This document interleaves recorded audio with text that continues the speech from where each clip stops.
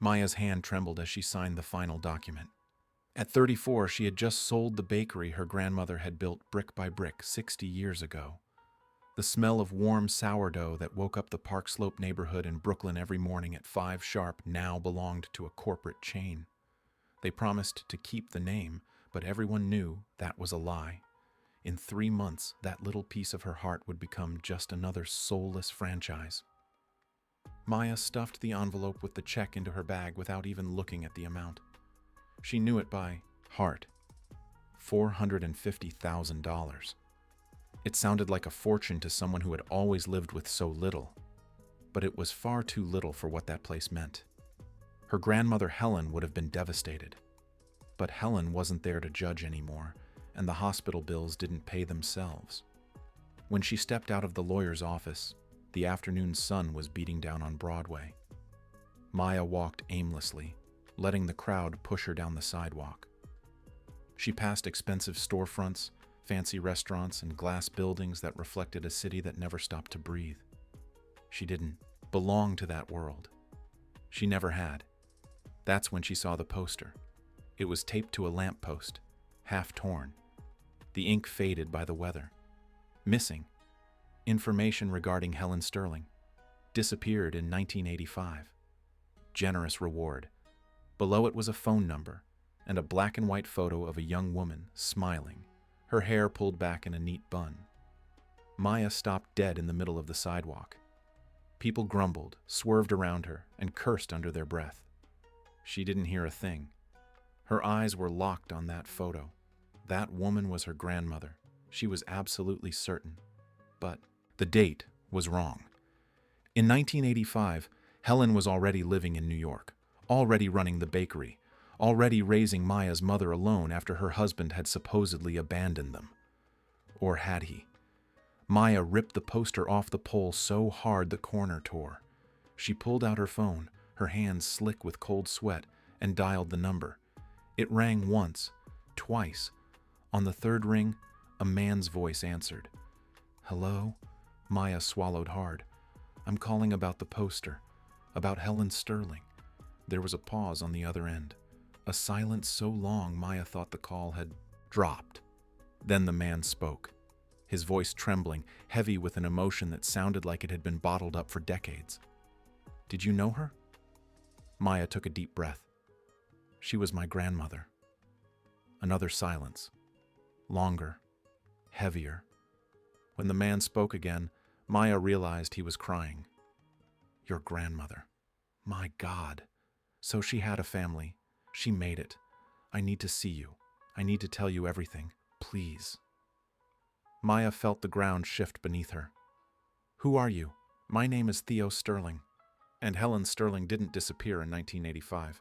She ran away. From me. Maya's heart raced. Ran away? What are you talking about? I can't explain over the phone. It's a long story. A very long story. And you need to know the truth about who your grandmother really was before she came to New York. Maya looked around, almost expecting someone to jump out and tell her this was a prank.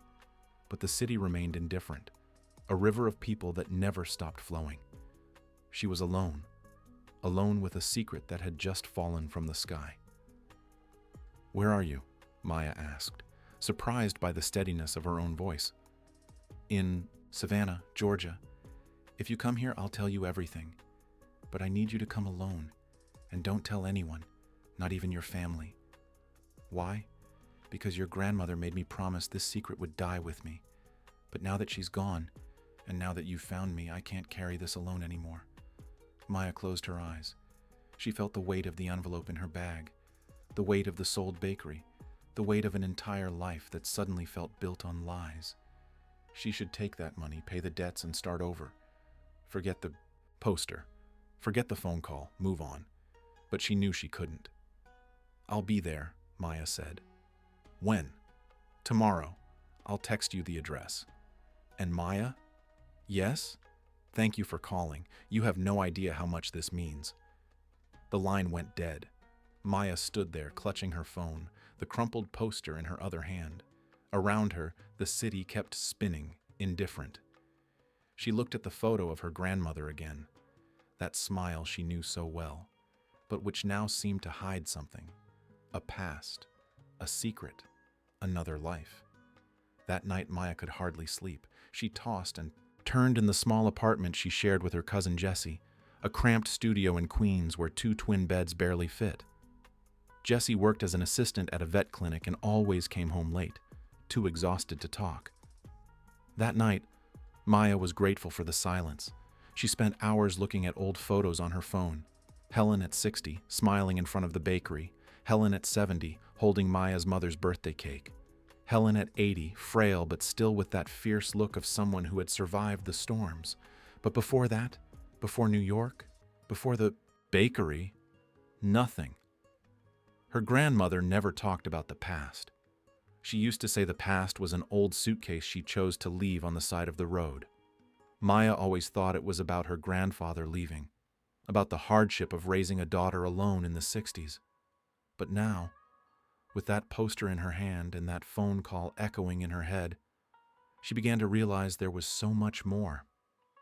The next morning, Maya caught a bus to Savannah. It was a long trip. She took only a backpack with clothes for 2 days, her phone, and the envelope with the sale money. She didn't tell anyone where she was going. Not Jessie, not her mother, who lived in Jersey and had barely spoken to her since the decision to sell the bakery. The road wound through the south, passing through small towns that seemed frozen in time. Green fields, colonial houses, ancient oaks draped in Spanish moss. Maya leaned her forehead against the window and felt a strange nostalgia, as if she were returning to a place she had never known. Theo Sterling texted the address, 47 Mercer Street, a blue house with an iron gate. Don't ring the bell. Knock 3 times on the door. Maya thought it was strange, but she obeyed. When the bus pulled into the Savannah station, it was nearly noon. The city was even more beautiful than in the photos.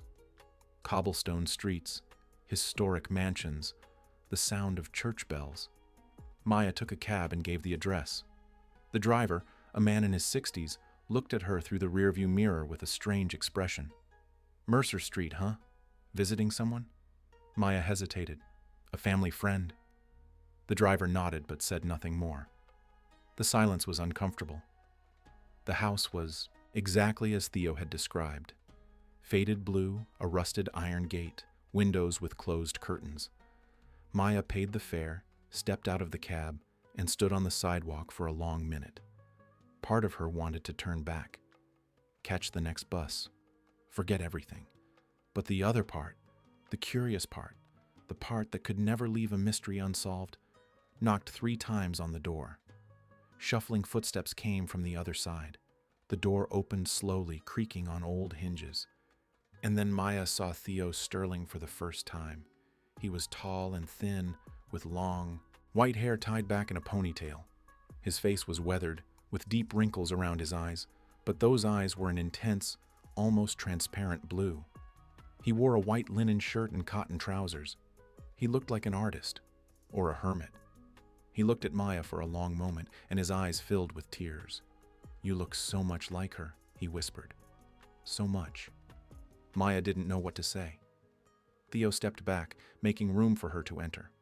The inside of the house was a museum. Paintings on the walls, wooden sculptures, Persian rugs worn thin by time. But what caught Maya's attention most was an entire wall covered in photos. Photos of Helen, dozens of them. A young Helen laughing, Helen painting, Helen with her arms around Theo, Helen pregnant. Maya felt the air leave her lungs. Pregnant? Theo followed her gaze and nodded slowly. Yes, she was pregnant when she ran away. Maya leaned against the wall, her legs shaking. That doesn't make sense. My mother was born in New York, in 1964. Theo closed his eyes. Your mother was born here, in Savannah, in 1963, and I am her father. Maya's world collapsed. Maya had to sit down. Her legs wouldn't hold her anymore. Theo brought her a glass of water, but she could barely grip it. The room was spinning. The photos on the wall seemed to pulse, alive and accusing. You're lying, Maya whispered, her voice weak and trembling. My grandmother would never tell me a lie that big. Theo sat in the armchair across from her, his hands clasped, his shoulders hunched under the weight of decades of silence. She didn't tell you because she promised me she never would, and I promised her I would respect that decision. But now that Helen is gone, and now that you're here, I can't live with it anymore. Maya shook her head, trying to organize her thoughts. My mother has a birth certificate. She has documents. Everything says New York. Documents can be forged, Maya, especially in the 60s. Your grandmother had friends, people who helped. She arrived in New York 6 months pregnant, with nothing and no one, and she managed to rebuild her entire life. She managed to erase the past. Why? Maya exploded, her voice finally finding its strength. Why would she do that? Why would she run away? From you? Theo stood up, walked to the photo wall, and touched one with his fingertips. The photo showed him and Helen sitting on a porch, smiling, with the Savannah squares in the background. He looked to be in his early 20s. She was 18, maybe. So young, so happy. Because I ruined everything, Theo said, his voice breaking. Because I was a coward. Because I let my family destroy what we had. Maya stood up, her legs still shaky, but her curiosity louder than her shock. Tell me, from the beginning. Theo sat back down, took a deep breath, and began. I met Helen in 1962. She had just arrived in Savannah from a small town upstate. She came to work as a cleaning assistant in an art gallery my father managed. My father, Arthur Sterling, was an important man in this city. Old money, land, influence. I was the only son, the heir. He paused, his eyes distant, lost in the past. I was studying fine arts in New York, but I always came back for the summers. That year I came back and saw Helen for the first time. She was mopping the gallery floor, barefoot, her hair tied in a scarf. She was humming a song, something soulful. When she saw me, she stopped and lowered her head, as if she didn't deserve to be there, as if she didn't deserve to be seen. Maya felt a tightening in her chest. She knew that Helen, the woman who always worked hard, who never asked anyone for anything, who carried the world on her shoulders without a word of complaint. I talked to her. At first, she barely answered. She was afraid, used to being invisible. But slowly she opened up. She told me she loved draw. That she dreamed of studying, but never had the money. That her family was too poor to even think of art as a career. Theo smiled, a sad smile loaded with longing. I fell in love. Too fast. Too hard. And so did she. We started meeting in secret. I brought her drawing supplies. I taught her techniques. She was a natural. She had real talent. And we talked for hours. About everything. About dreams. About a future we imagined together. But your father found out, Maya said, guessing the ending. Theo nodded, his face hardening. He found out. And he was furious. He said I was degrading myself. That Helen was just the help. That I needed to marry someone from our own social circle. He forbade us from seeing each other. And you obeyed? Maya asked, her voice tinged with disappointment. Theo lowered his head. At first, no. We kept seeing each other in secret, and that was when Helen got pregnant. A heavy silence fell over the room. Maya felt a knot in her throat. She imagined her grandmother, young, pregnant, in love, but surrounded by a world that wouldn't accept that love. When we found out, I was happy. I thought it was our chance to be together for real. I was going to tell my father, take responsibility, marry Helen. But my father found out first. Theo stood up again, restless, as if he couldn't stay still while reliving it. He called me into his office, said he already knew everything, that he had people watching us. He said if I insisted on staying with Helen, he would disown me, pull me out of school, cut me off completely. And it wasn't just that. He threatened Helen too. He said he'd make sure no family in Savannah would ever hire her. He'd spread rumors, destroy her reputation, make sure she couldn't find work anywhere. Maya clenched her fists. And you let him. Theo turned to her, his eyes red. I was young, a coward, spoiled. I had never stood up to my father. I had never been without anything. The idea of losing it all terrified me. I told myself I'd find a solution, that I'd convince him over time, that I just needed a little patience. But Helen didn't wait, Maya finished. No, she didn't wait, because she realized I wasn't going to fight for her, that I wasn't going to choose her and our child over my family. And she was right. Theo went back to the photo wall and pulled a letter from a drawer. He handed it to Maya. It was handwritten in Helen's delicate script. Theo, by the time you read this, I'll be gone. I won't raise our child in a place where they'll be rejected, where they'll grow up hearing they shouldn't have been born. You chose your father. I choose our baby. Don't try to find me. I'm not coming back. Take care of your life. I'll take care of mine. Helen. Maya read the letter 3 times, tears blurring her vision. She could hear her grandmother's voice in those words, the strength, the dignity, the pain. When did you find out she was gone? Maya asked. 2 days later. I panicked. I searched all over Savannah, the surrounding towns. Nothing. She vanished. Completely. Years later, I heard from a mutual acquaintance that Helen had gone to New York, that she'd had the baby, a girl, your mother. But I could never find her. I could never ask for forgiveness. Maya wiped her tears. And your parents? What happened to them? My father died 10 years later. Heart attack. My mother blamed me for his heartbreak until the day she died. She said I had failed the family by getting involved with Helen, that I had tarnished the Sterling name. She died hating me. Theo sat back down exhausted. I never married, never had other children. I spent my life creating these sculptures, these paintings, trying to redeem myself somehow. I put those posters up around the city, hoping that one day someone would give me news of Helen. And now you're here. Maya looked around. At that house full of frozen memories, at that man broken by the weight of regret. Part of her felt anger. Anger that he hadn't fought, that he had let her grandmother walk away alone, that he had prioritized comfort over love. But another part of her felt pity. Pity for a man who had spent his entire life paying for a mistake made in his youth. You have every right to hate me, Theo said, as if reading her thoughts. I hate myself too. Maya took a deep breath. I don't hate you, but I need to process all of this. Theo nodded. I understand. Are you staying in Savannah? Maya looked out the window. The sun was beginning to set, painting the sky orange. She hadn't planned anything beyond hearing the story, but now, with so many questions in her head, she knew she couldn't just leave.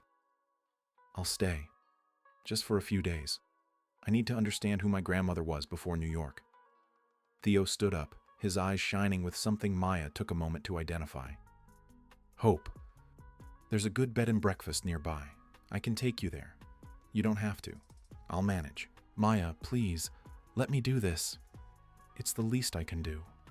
She hesitated, but eventually agreed. Theo grabbed the keys to an old blue Beetle, and they headed out. The city was beautiful in the late afternoon, the streets bathed in golden light, the sound of bells echoing through the squares. On the way, Theo broke the silence. Was your grandmother happy? In New York? Maya thought about it. She worked very hard, raised my mother alone, opened the bakery with her own 2 hands. But yes, I think she was happy, in her own way. Theo smiled, the tears returning.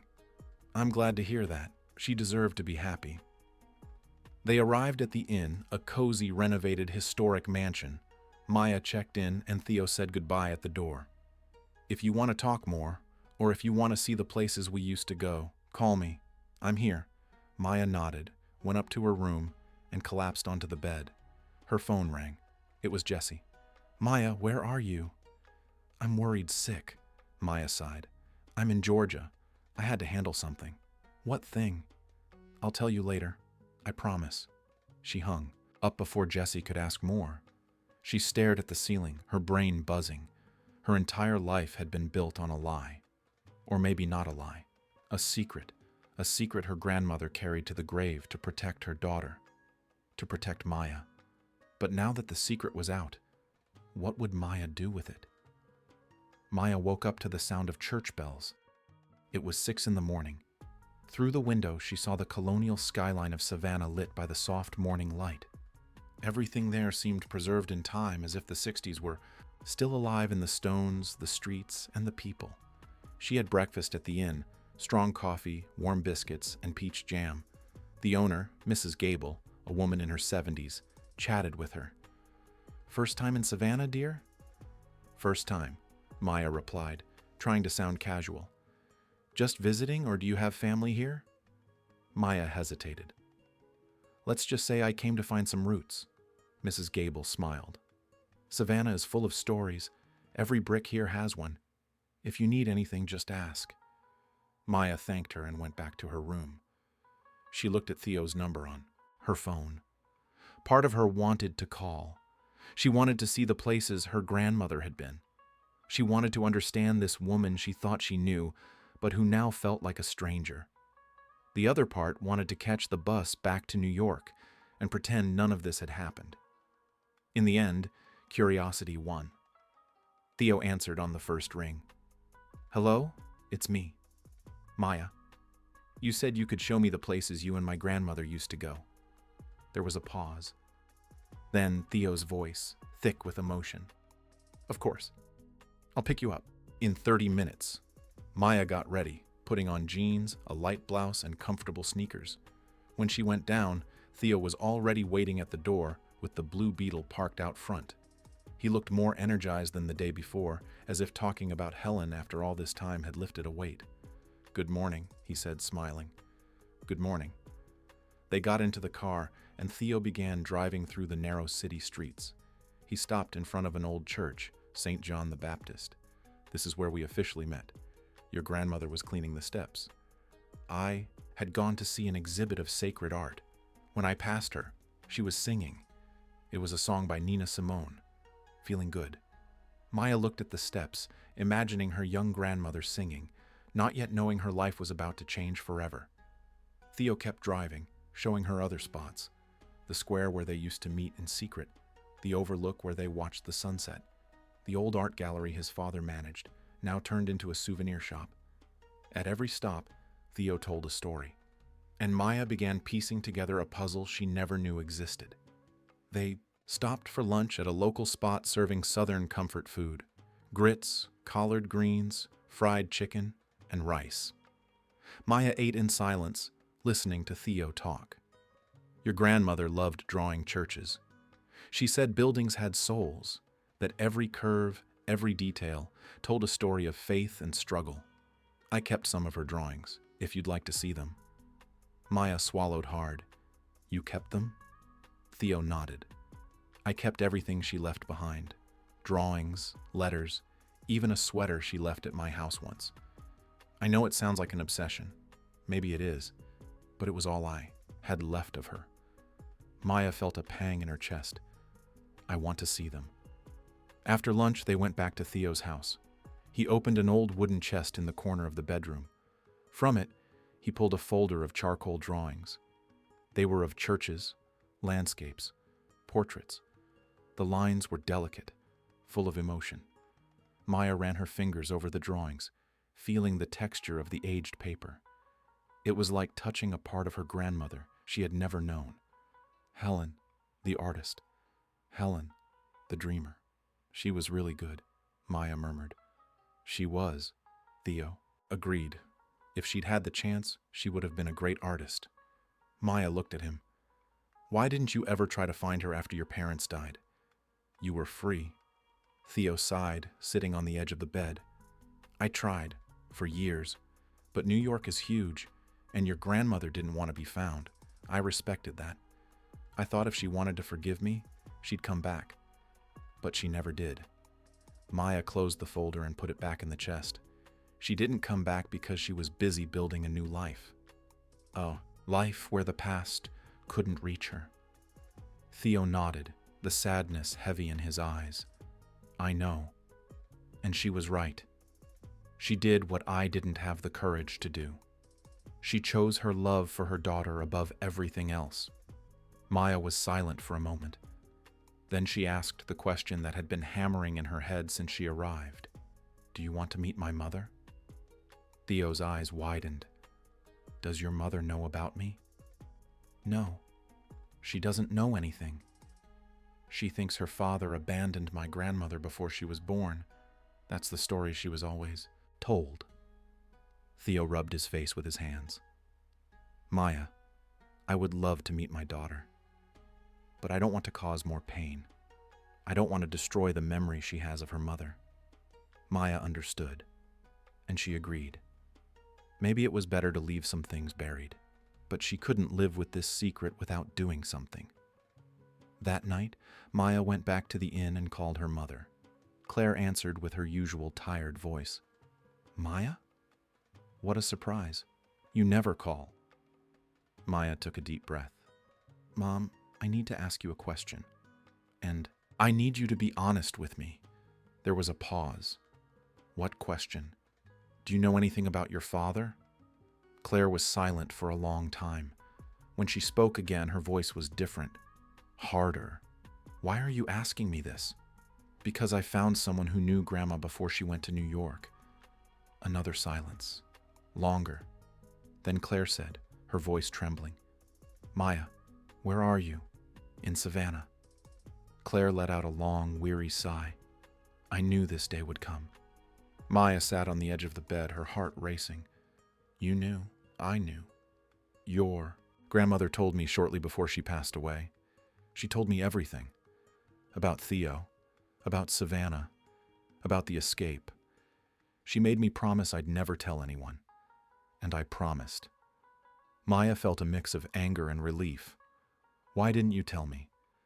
Because your grandmother asked me not to, and because I didn't think it made a difference. The past is the past, Maya. It does make a difference, Maya replied, her voice firm. Theo is your father. He's alive, and he wants to meet you. Claire let out a bitter laugh. He had 60 years to meet me. Where was he when my mother was raising us alone? When we were struggling? When she worked 16 hours a day to put food on the table? Maya closed her eyes. He was young, Mom. He made a mistake my mother paid for her entire life. Maya didn't know what to say. Claire was right, but Theo was paying too, in a different way, but he was. Mom, I understand your anger, but he wants to make amends. He wants to know you. At least talk. Claire sighed. Maya, I'm not ready for that. And honestly, I don't know if I ever will be. My mother raised me to be strong, to not depend on any man, and I'm not starting now. Maya felt tears streaming down her face. Fine, I respect that. But I'm going to stay here for a few more days, learning her story, learning who she was before she was the grandma we knew. Claire was silent for a moment. Then she said, her voice softer, just be careful, Maya. The past sometimes hurts more than it heals. I know, Mom. They hung up. Maya stared at her phone, her chest tight. She was caught between two worlds. Between her grandmother's past and her mother's present. Between Theo's regret and Claire's anger. The next day, Maya went back to Theo's house. She told him about the conversation with her mother. He listened in silence, nodding as if he had expected that answer. I understand, he said. She has every right to hate me. She doesn't hate you. She's just protecting my grandmother's memory. Theo smiled sadly. Your grandmother raised a strong woman, just as she was strong. Maya agreed. Theo, I'm going back to New York tomorrow, but before I go, I wanted to thank you for telling me the truth, for showing me who my grandmother was. Theo took Maya's hand, squeezing it gently. Thank you for coming. You have no idea how much this meant. They hugged. A long hug, full of unspoken emotions. When Maya left Theo's house, the sun was setting over Savannah. She walked through the squares, looking at the churches, the oaks, feeling her grandmother's presence in every corner. That night, before bed, Maya wrote a letter. Not to Theo, not to her mother, but to her grandmother. Grandma, I found your secret, and I understand why you kept it. You were protecting us, protecting your daughter, but I wanted you to know that it's okay. I don't love you any less. I love you more, because now I know how brave you were, how hard you fought. Thank you for everything. Your granddaughter, Maya.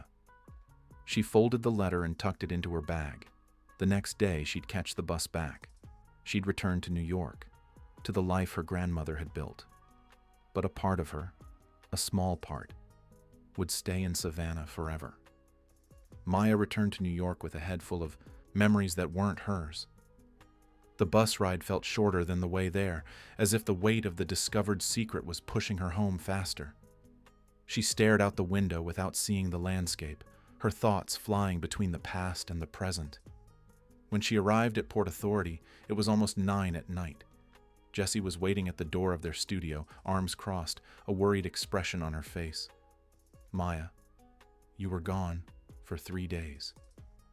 3. I was about to call the cops. Maya dropped her backpack on the floor and sat on the sofa. Sorry, I had to handle something. What thing? You can't just vanish without a word. Maya looked at her cousin. Jessie had always been more than a cousin. She was a sister, a friend, a confidant. They grew up together, shared toys, secrets, dreams. If there was anyone Maya could talk to, it was her. Sit down. I'll tell you everything. And she did. About the poster, about Theo, about Savannah, about her grandmother's secret. Jessie listened in silence, her eyes wide, her mouth agape. When Maya finished, Jessie shook her head in disbelief. This is like a movie.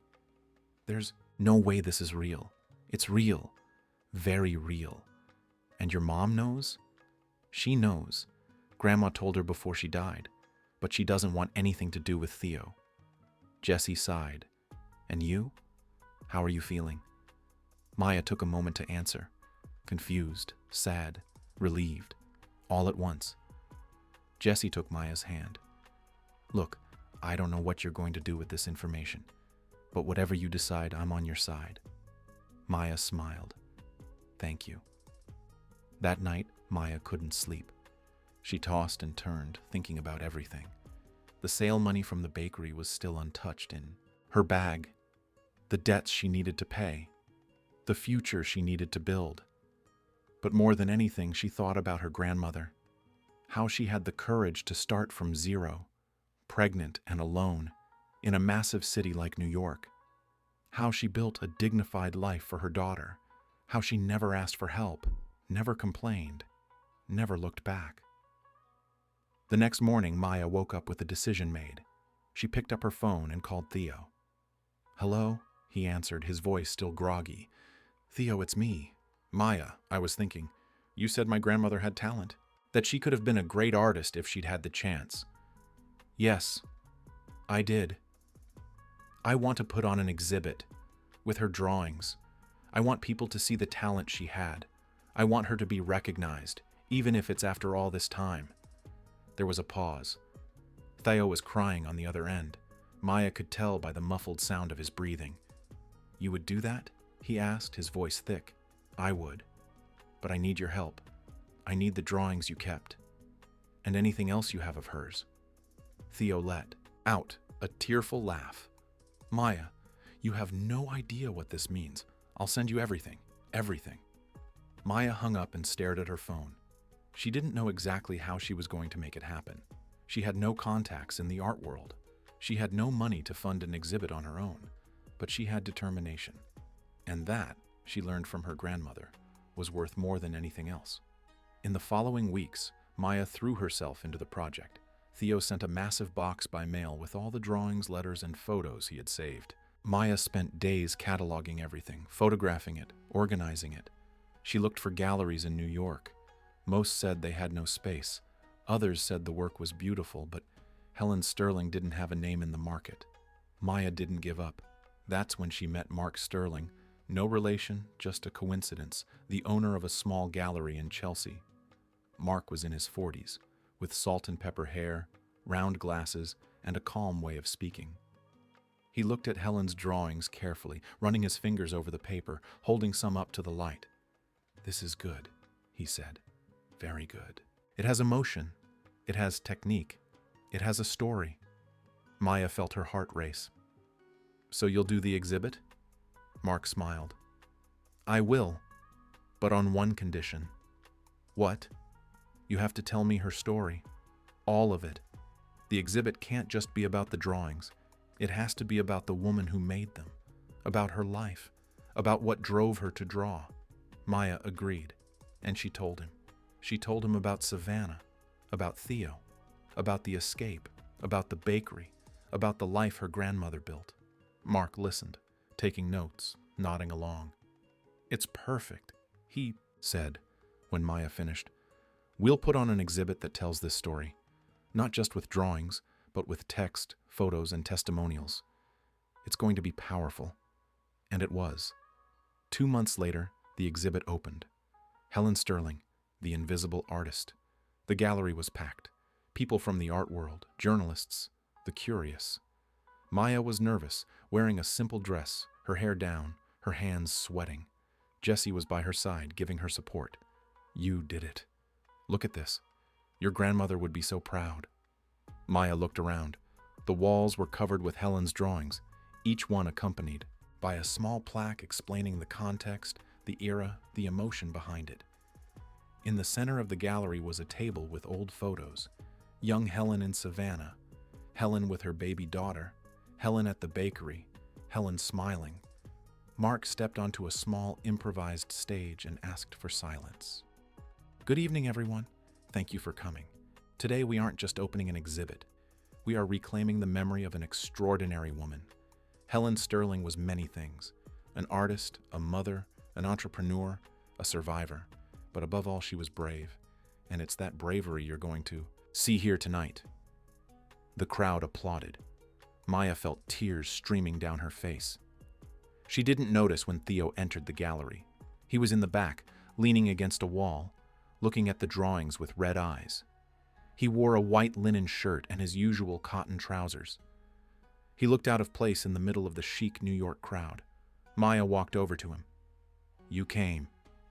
Theo wiped his tears. "I wouldn't miss this for the world." They stood side by side, looking at the drawings. People passed by, commenting, taking photos. But in that moment, for Maya and Theo, only the two of them and the memory of Helen existed. That's when Maya saw her mother.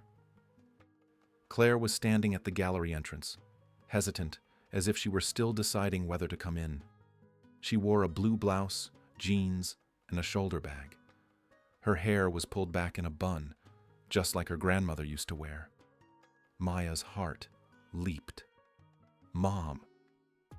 Claire walked slowly, looking at the drawings. She stopped in front of a charcoal sketch Helen had done of a Savannah church.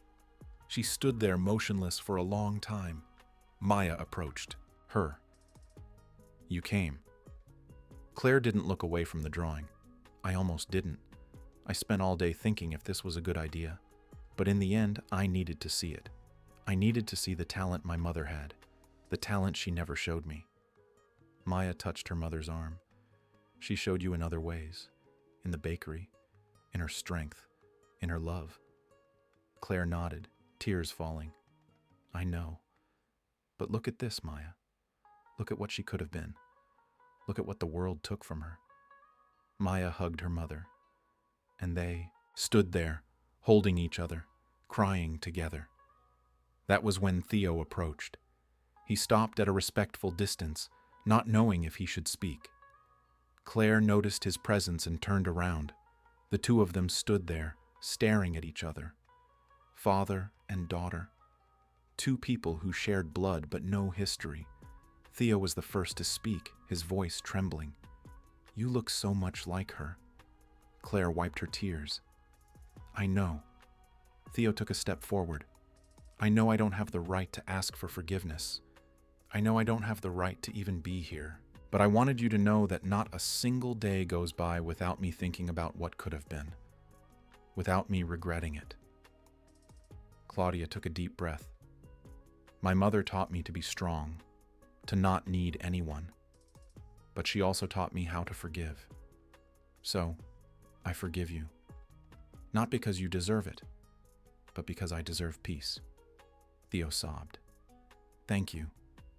They didn't hug. There was no moment of dramatic reconciliation, but there was recognition. And sometimes that's enough. The night went on. People moved through the room chatting, buying a few sketches. Bruno was glowing. The exhibition was a total success. At the end of the night, when the gallery was nearly empty, Marina, Claudia, and Theo sat on a bench looking at the drawings.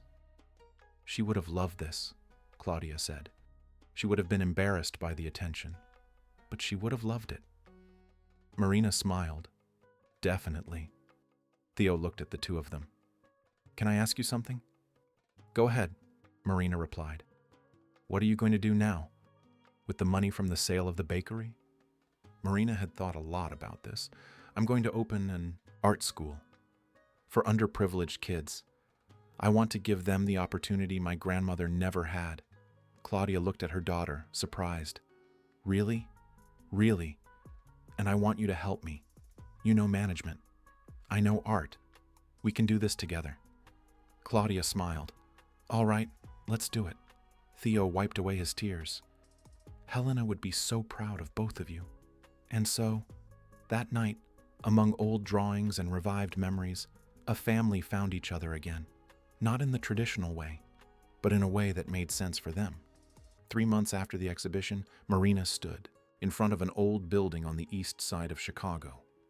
The place had been a textile factory back in the 80s, abandoned for decades, now renovated with the money from the bakery sale. The walls were painted white. Large windows let the sunlight stream in, and on the front gate, a new sign shined under the afternoon sun: the Helena Taylor Studio, School of Art and Culture. Marina felt a tightening in her chest. It was real. After months of planning, paperwork, and construction, the dream had finally taken shape. Claudia was by her side, checking a list on her phone. The grand opening is tomorrow. Everything is ready. Supplies, teachers, enrolled students. We're all set. Marina smiled. We did it, Mom. Claudia looked at her daughter, her eyes glistening. We did it. Jessica came running up, holding a box. I brought the brushes you asked for, and look who came with me. Behind Jessica, Theo walked slowly, carrying a bag. He had traveled all the way from Savannah just for the opening. Marina hugged him. You came. Theo smiled. I wouldn't miss this for the world. And I brought a gift. He opened the bag and pulled out a wooden sculpture. It was a bird with its wings spread wide, delicately carved with details only an experienced artist could achieve. I made this thinking of Helena. She always said she wanted to fly. I think now, in a way, she's flying through you. Marina took the sculpture carefully, feeling the weight of the wood and the texture of the carvings. It was beautiful, perfect. We'll put it right at the entrance, for everyone to see. The next day, the studio's opening was a massive success. Over 100 people showed up, families from the neighborhood, local artists, journalists, and even some well-known names from the art world who had visited Helena's exhibition and gotten interested in the project. The children arrived excited, their eyes wide with curiosity. There were 35 in total, between the ages of 7 and 15, mostly from low-income families.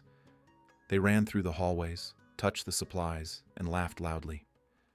Marina stepped onto a small, improvised stage and asked for silence. Hello, everyone.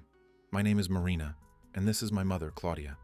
We created this studio in honor of my grandmother, Helena Taylor. She was an artist who never had the chance to show her talent to the world. But now, through you, through this school, her talent will live on. The children cheered. Marina felt a lump in her throat. She continued, Here, you will learn drawing, painting, and sculpture.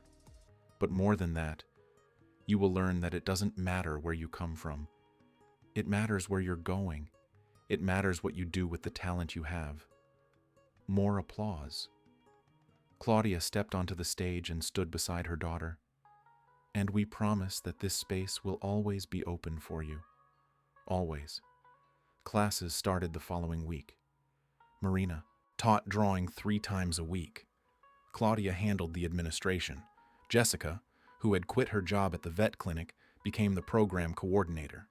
And Theo, who decided to spend a few months in the city, taught wood carving. Slowly, the studio became more than just a school. It became a sanctuary, a place where kids who used to spend their days on the streets now had a safe space to create, to dream, and to grow. One of those kids was Miguel, an 11-year-old boy, thin and shy with large, curious eyes. He arrived on the first day of class with a torn backpack and an old notebook. He sat at the back of the room, not speaking to anyone. Marina noticed. She knew that kind of shyness. It was the shyness of someone used to being invisible. "Hi, Miguel. I'm Marina. Do you like to draw?" Miguel shrugged. "I don't know. I've never tried."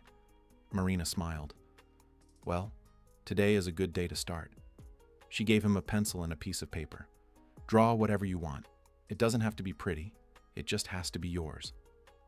Miguel stared at the blank paper for a long time. Then, slowly, he began to draw. At first, the lines were timid and shaky, but gradually, the drawing took shape. It was a house. Simple. Small. With 1 window and 1 door. Marina leaned in. "Is that your house?" Miguel shook his head. "It's the house I want to have one day." Marina felt a pang in her heart. "And you will have it, Miguel. Believe me." In the following weeks, Miguel started to open up. He talked more. He smiled more. His drawings got better and better. He had talent. Real talent. One day, Marina was organizing supplies when Claudia walked into the room, holding a letter. This arrived today. Marina took the letter. It was from Bruno Medeiros, the gallery owner who had hosted Helena's exhibition. He wrote saying he was impressed with the studio project and wanted to form a partnership. He wanted the studio students to participate in a group exhibition at his gallery. Marina's eyes widened. "Is this for real?" Claudia smiled.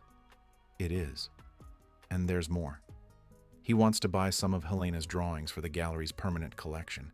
He's offering $50,000. Marina sat down. $50,000. Claudia nodded.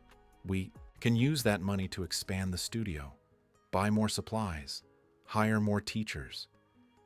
Marina looked around at the space that had started as a dream and was now a reality. "Let's do it." The group exhibition happened 3 months later. Every student from the studio participated. There were 60 drawings, 15 paintings, and 10 sculptures displayed in Bruno's gallery.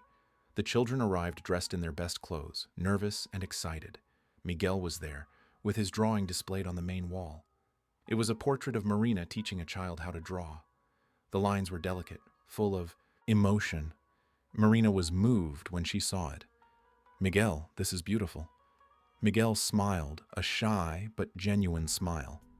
"You taught me. I just drew what I saw." The exhibition was a hit. Several drawings were sold. The money went back into the studio. And more importantly, the children saw that their talent had value. That they had value. That night, Marina, Claudia, Theo, and Jessica had dinner together at a simple restaurant near the studio. They talked about the students, the plans for the future, and how to expand the project to other communities. Theo looked at Marina. "Your grandmother would be so proud of you." Marina smiled. "She'd be proud of us. All of us." Claudia took Theo's hand for the first time. "Thank you for keeping her drawings, for believing in her even when no one else did." Theo squeezed Claudia's hand, his eyes filling with tears. "Thank you for forgiving me, for giving me a chance to be a part of this." They toasted, with juice, with soda, with the certainty that they were building something bigger than themselves. But in the middle of the celebration, Marina's phone rang. It was the number of the hospital, where her grandmother had been treated before she passed away. She answered, her heart racing. "Hello?" A man's voice on the other end. Miss Marina Taylor? Yes. My name is Dr. Robert Miller. I was the doctor who cared for your grandmother in her final months. I know this might seem strange, but I need to speak with you. In person. It's about something your grandmother asked me to give to you. Marina frowned. Give to me? What? I can't discuss it over the phone. Can you come to the hospital tomorrow?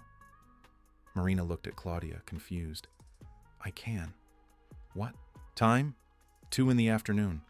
My office is on the 4th floor. Marina hung up, her heart pounding. Claudia noticed her daughter's expression. What is it? Marina told her about the call. Claudia was just as confused. What on earth did Grandma leave with the doctor? I don't know. But I'm going to find out tomorrow. Marina barely slept that night. She kept imagining what it could be. A letter? An object? Another secret? The next day, at exactly 2 o'clock, Marina was in Dr. Miller's office. He was a man in his 50s with graying hair, glasses, and a kind smile. Marina, thank you for coming. Please sit down. Marina sat, her hands sweating. The doctor opened a drawer and pulled out a sealed envelope. Your grandmother gave me this 2 weeks before she passed. She asked me to keep it and give it to you when I felt the time was right. She said you would know what to do. Marina took the envelope with trembling hands. What's in here? I don't know. She didn't tell me. She just said it was important. Marina opened the envelope. Inside there was a handwritten letter and a small, old, rusty key. Marina unfolded the letter and began to read. My dearest Marina, if you are reading this, it means I am gone. And it means you have discovered my secret. I know you must be confused, maybe even hurt, but I want you to know that everything I did was to protect you and your mother. This key opens a safe deposit box at the Chase Bank on Michigan Avenue. Inside, there is something I have kept my entire life. Something I never had the courage to use, but that now belongs to you. Use it wisely. Use it to continue building the future I always dreamed of for our family. With all my love, Grandma Helena. Marina looked at the key, her heart racing. A safe deposit box? What the hell did her grandmother keep in a safe? She thanked the doctor and ran out. She called Claudia, told her about the letter and the key. The two met in front of the bank an hour later. They went in together, nervous. Marina showed the key and the letter to the manager. He led them to the vault room. He found the corresponding number. He opened it. Inside the box was an old wooden chest. Marina opened it carefully, and what she saw left her speechless. Jewelry, dozens of pieces, rings, necklaces, earrings, gold, silver, precious stones, and underneath the jewelry, a note. This jewelry belonged to the Montgomery family. Theo gave it to me when he found out I was pregnant. He said it was his dowry, that it was to guarantee our future. I never used it. I never sold it. I kept it as a memory of a love that could have been. Now it is yours. Use it to do good. Helena, Marina, and Claudia looked at each other, speechless. That jewelry was worth a fortune, enough to expand the studio to several cities, to help hundreds, maybe thousands of children. Marina closed the box, tears streaming down her face. Grandma, you never stopped taking care of us. 5 years later, the Helena Taylor studio had transformed into a network with 12 units spread across Chicago, New York, and Atlanta. More than 1,000 children were studying art for free. Dozens of teachers worked with passion, teaching not just techniques, but values. And all of it was thanks to the jewelry Helena had kept for decades, waiting for the right moment. Marina was in the office of the main unit in Chicago when she received the news that would change everything again. Bruno Medeiros called, his voice excited. Marina, you won't believe it. The Museum of Modern Art wants to do a full retrospective of your grandmother's work, a 3-month exhibition, with a catalog, lectures, the whole thing. Marina almost dropped her phone. MoMA? Seriously? Seriously. They saw the impact of the studio's work and decided to honor Helena. They want to include the original drawings, photos of her life, testimonials. It's going to be huge. Marina hung up and stared at the photo of her grandmother on the office wall. The same black and white photo she had seen on the poster years ago. A young Helena, smiling, her eyes full of dreams. "We did it, Grandma. You're finally going to get the recognition you always deserved." The exhibition opened on a rainy Tuesday in June. The museum was packed. Art critics, journalists, celebrities, everyday people. Everyone wanted to know the story of the woman who had become a symbol of resilience and triumph. Marina walked through the museum corridors, looking at her grandmother's drawings displayed on massive walls illuminated by special lights. Each drawing was accompanied by a caption explaining the context. Helena in Savannah at 18, dreaming of a different future. Helena in the city at 20, building a new life.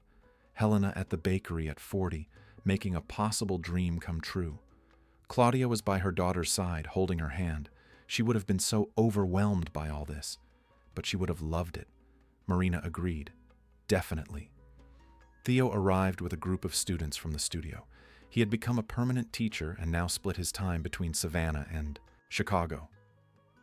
The students ran around excitedly, looking at the drawings and asking questions. Miguel, now 16, stopped in front of one specific drawing. It was a portrait of a child holding a pencil, eyes shining with hope. He looked at Marina. "This drawing reminds me why I started. It reminds me that everyone has a talent. They just need someone to believe in them." Marina smiled, her eyes misty. "And I believe in you, Miguel. I always have." Miguel had changed completely over the last few years. He had earned a scholarship to a private school, participated in several exhibitions, and sold his own work. His family, who used to scrape by on odd jobs, now had a stable life thanks to their son's talent. And it had all started that first day of class, when he drew a simple house with one window and one door. The opening ceremony began. The museum director took the stage and spoke about the importance of rediscovering forgotten artists, especially women. He spoke about how Helena Taylor represented thousands of talents silenced by poverty, prejudice, and circumstance. Then it was Marina's turn. She stepped onto the stage, her heart thumping. She looked at the crowd, hundreds of attentive faces. She took a deep breath. "Good evening, everyone. My name is Marina, and Helena Taylor was my grandmother. When I was a child, she told me that dreams were like seeds, that you plant them, water them, and care for them, but you don't always see them bloom. She planted many seeds in her life. Some bloomed, others didn't. But the most important thing is that she never stopped planting." Marina paused, wiping away tears. "This exhibition isn't just about art. It's about courage. About starting over when everything seems lost. About believing it's possible to build a dignified future, even when the past tries to pull you down. My grandmother did that. And through the studio that bears her name, hundreds of children are doing the same." The audience gave a standing ovation. Marina stepped down and was hugged by Claudia, Jessica, and Theo. They stood there together, looking at Helena's drawings, feeling her presence in every line, every shadow, every detail. After the ceremony, Marina walked alone through the museum halls. She stopped in front of the last drawing in the exhibition. It was the most recent one Theo had found. A self-portrait of Helena, made shortly before she left Savannah.